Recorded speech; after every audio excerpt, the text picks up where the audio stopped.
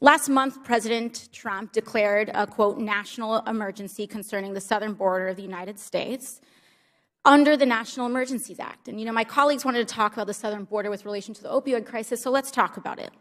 Because even at the time that he declared this emergency, he said himself, quote, I didn't need to do this. But he did. And at the time the president declared this emergency, the White House issued a statement that, quote, he would be using his legal authority to take executive action to secure additional resources. And he's transferred millions of dollars even from FEMA to ICE. The statement said that the administration had identified funding that could be transferred from other agencies as well. This includes up to $2.5 billion that he's transferred from the Department of Defense and up to $3.6 billion reallocated from military construction projects. So that's one national emergency he's identified. But about a year and a half ago, the president issued a declaration indicating that opioids also constitute a public health emergency. Director Carroll, today, how much funding has the administration transferred from other agencies to address the opioid public health emergency?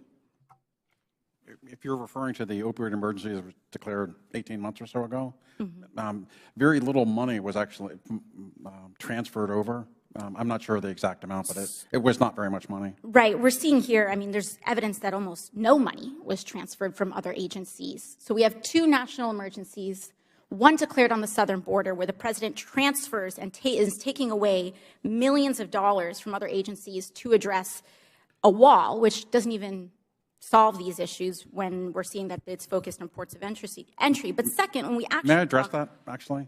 In terms of if you just go by weight, and I can break it down by drug if you would like, but and the numbers that I have from Customs and Border Protection for 2018 reflects the total weight of drugs at ports of entry in 2018 was 432,000 pounds of various drugs. Between ports of entry for the same time frame, fiscal year 2018, 476,000. So actually more even. In terms of total weight, I can break it down by drug if you want. So here's my big question I want to ask for the other side. Because it was just a few weeks ago that enough fentanyl was captured to kill 57 million Americans. You remember this story when this happened? Yeah, just a few weeks back, right? Sir. So if that's not an emergency, somebody tell me what is. Enough fentanyl to kill 58 million? 59 million? How bad does it have to get before we actually say this is an emergency? Mr. Carroll, is there a drug crisis emergency on our southern border? Yes, sir. There's a drug crisis in our country, and all of the drugs that are here are coming into our country. The fatal drugs are coming from overseas, Mexico, China. I do think that we here in Congress have responsibility as well. The Public Health Emergency Fund has only at most $57,000 in it, and it has not been really funded congressionally in a long time. So I think that that's an area where we can accept some personal responsibility. Thank you, Mr. Chairman. Thank you, Madam Secretary, for being here and helping us answer the fundamental question of whether we care about our sovereignty and the rule of law in our country.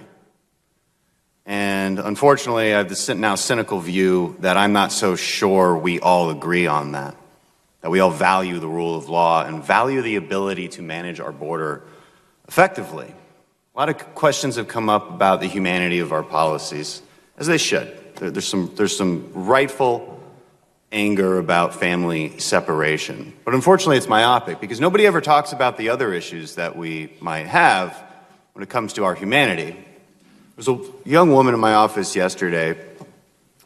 She's from Mexico. She's about 18 years old. She was taken across the border, kidnapped about 5 years ago.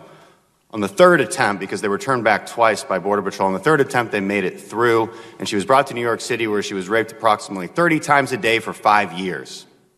I don't know why nobody talks about that kind of stuff. When I was at the border in McAllen, in one day, in one location, 16 kids came across with adults that were not their parents. Further questioning and follow-through led to a stash house with 54 people kidnapped inside in Houston. Nobody talks about that humanity.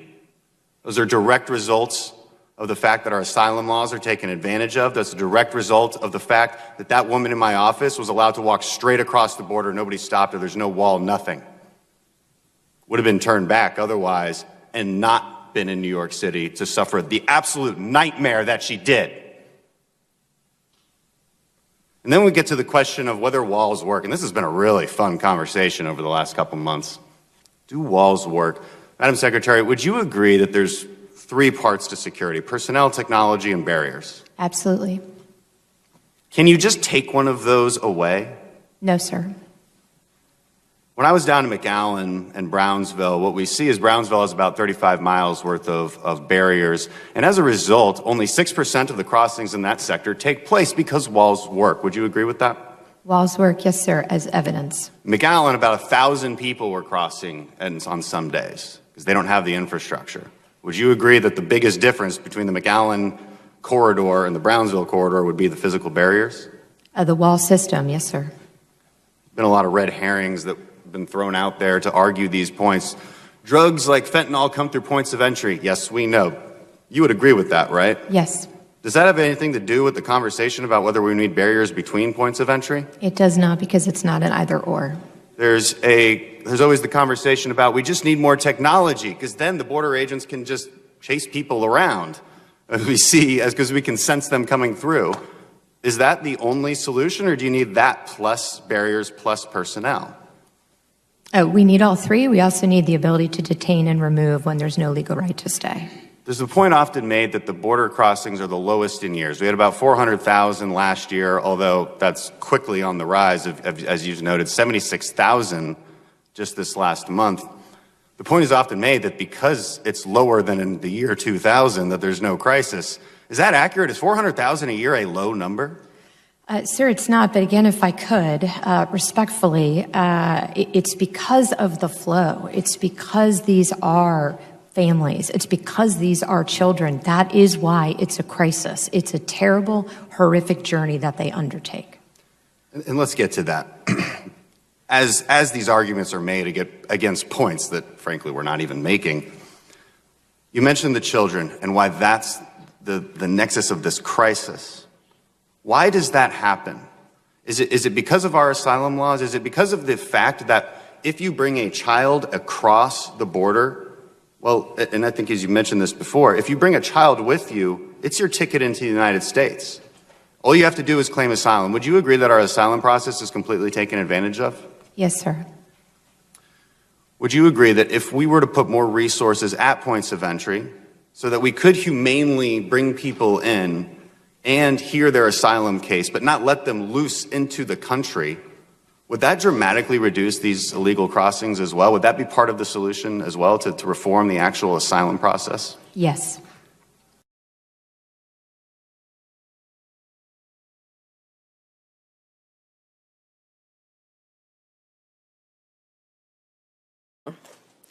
So my question to you is, last Thursday, when the New York Times reported that the president has directed you to separate parents from children when they cross into the United States as a way to deter illegal immigration, is that correct? Have you been directed to separate parents from children as a method of deterrence of undocumented immigration? I have not been directed to do that for purposes of deterrence, no.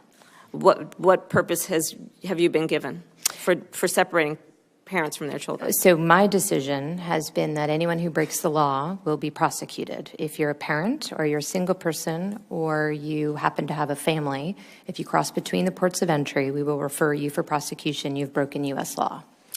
At an April 26th hearing, I asked Undersecretary James McCammett to provide me with what percentage of cases exist in your agency where a child has been separated from a parent or guardian since October of 2017, wherein the case resulted in trafficking charges. I've not been given that information. Can you provide that to me?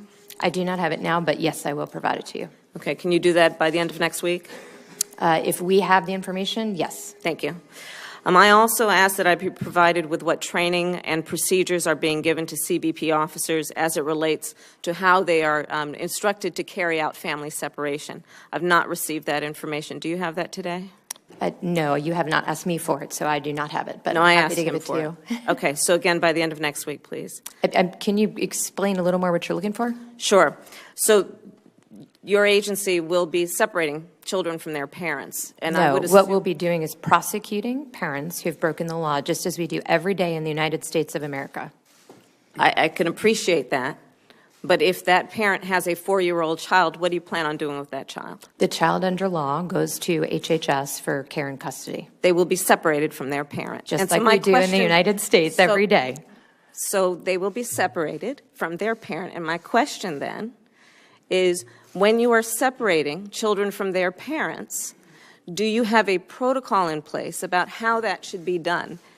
And are you training the people who will actually remove a child from their parent on how to do that in the least traumatic way? I would hope you do train on how to do that. And so the question is, and the request has been, to give us the information about how you are training and what the protocols are for separating a child from their parent.